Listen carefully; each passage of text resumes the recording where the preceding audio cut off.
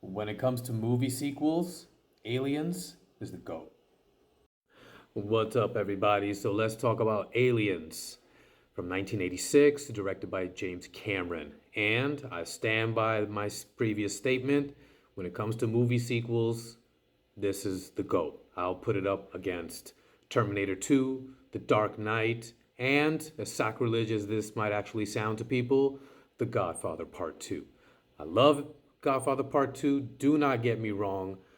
Um, Aliens has, I guess, an X factor, a nostalgia factor. It was one of those movies I grew up watching. When I say that it's the greatest of all time, you got to keep in mind that there's a little bit of bias involved. There's a little bit of sentimentality involved. And I 100% believe that it is. I love how it expands on the world of the previous movie. And I love the fact that James Cameron he did what, that I've said before, what genius creators do. They take something that is right in front of our face. It's an obvious and simple kind of addition or interpretation of it. And then when you see it, it's so obvious.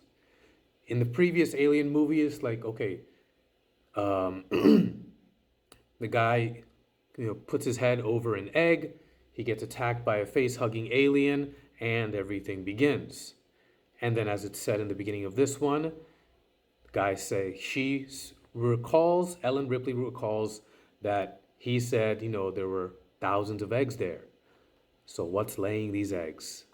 So it automatically builds an intrigue into, okay, so what is it that we haven't seen yet?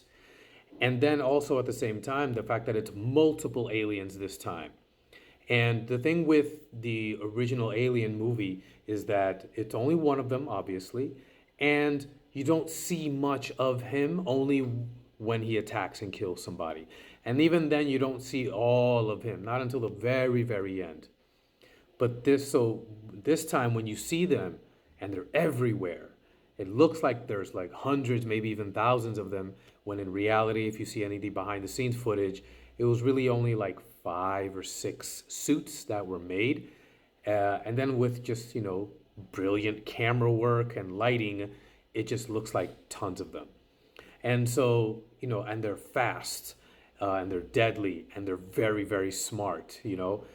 It doesn't really seem like in the Alien movie how much intelligence the creature actually had because, you know, he's like, okay, maybe he can sniff them out, he can track them, whatever the case may be. But in this one, it feels like they're actually thinking and it feels like they're creating a plan and strategies. I think specifically of the scene when Sigourney Weaver and the Space Marines barricade themselves inside a room, seal the door shut, and then but still somehow on their radar they see that they're inside the room, and then you see like they're above in the ceiling, they're underneath the floorboards, and so okay, they've thought about this. And I love how Ripley has a continued character arc. She's not a reluctant hero anymore. Now she's taking action. Like in the beginning when they approach her to go back to this planet, she's like, no, hell no, I'm not going. But then after a particularly bad night, she calls up the company guy, Burke, played by Paul Reiser. Great role for him. I love that he did that, even though I know most people remember him from Mad About You, which is a show I never watched. She calls him up and she says, we're going back to destroy them, right? Okay, I'm in. So it's a choice this time. So she's being more proactive instead of reactive, like in the first one. So that's a nice companion. It's a nice little, like, okay, I'm going to keep going with this character, with their journey. It's not just, okay, I'm going to do what I can to survive. No, I'm going to actually take steps so that way nothing like this happens again to other people. I love the supporting characters. I love Michael Biehn as Hicks.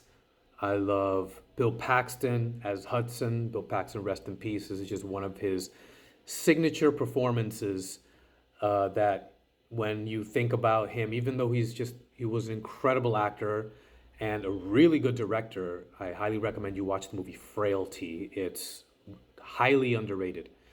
But anything that he did before that, whether it's Weird Science, whether it's this movie, whether it is True Lies, whether it's even Two Guns with Denzel Washington and Mark Wahlberg, he really makes the character his own. He really adds something to it. He was really a special artist in that sense. Um, Aside from that, the face hugger scene is also just ripe with tension and suspense and horror because you've only seen a face hugger once at that point in Alien when he attacks. Um, I forget his name, but when he attacks Ripley's coworker in the first one, and then in this one you see them really quick in a laboratory environment. They're kind of sleepy. That you think they're dead, and then they kind of just like go right up to the glass of the container when Burke gets really close. And then in that entire sequence where they're let loose and locked inside a room with Ripley and Newt, amazing tension is built when you just see the empty containers on the floor. There's when Burke turns off the camera as she's motioning like, hey, I need help. And then when the Marines finally burst in and save the day. But just as a one-off piece of that movie is just one of the great sequences that there is. And the end sequence, when she finally decides to go back and save Newt, and then we finally is revealed to us the Queen alien. Wow, just like incredible moment. And I think my favorite moment, and I think just about everyone's favorite moment of that sequence is as she's trying to walk out and she lets out some of the fire of the flamethrower to like let the Queen know like I will burn all this down if you don't let us out. And then an egg opens and she just kind of gives like really? All right, you called my bluff. And then she just destroys everything. Amazing little moment right there. Very relatable, especially if you're a parent. And just one of the most rewatchable movies, definitely of the 80s, and for me, definitely of all time. Anyways, what about you guys? Let me know what you think in the comments below. Smash that like button, give me a follow, and I'll see you guys next time.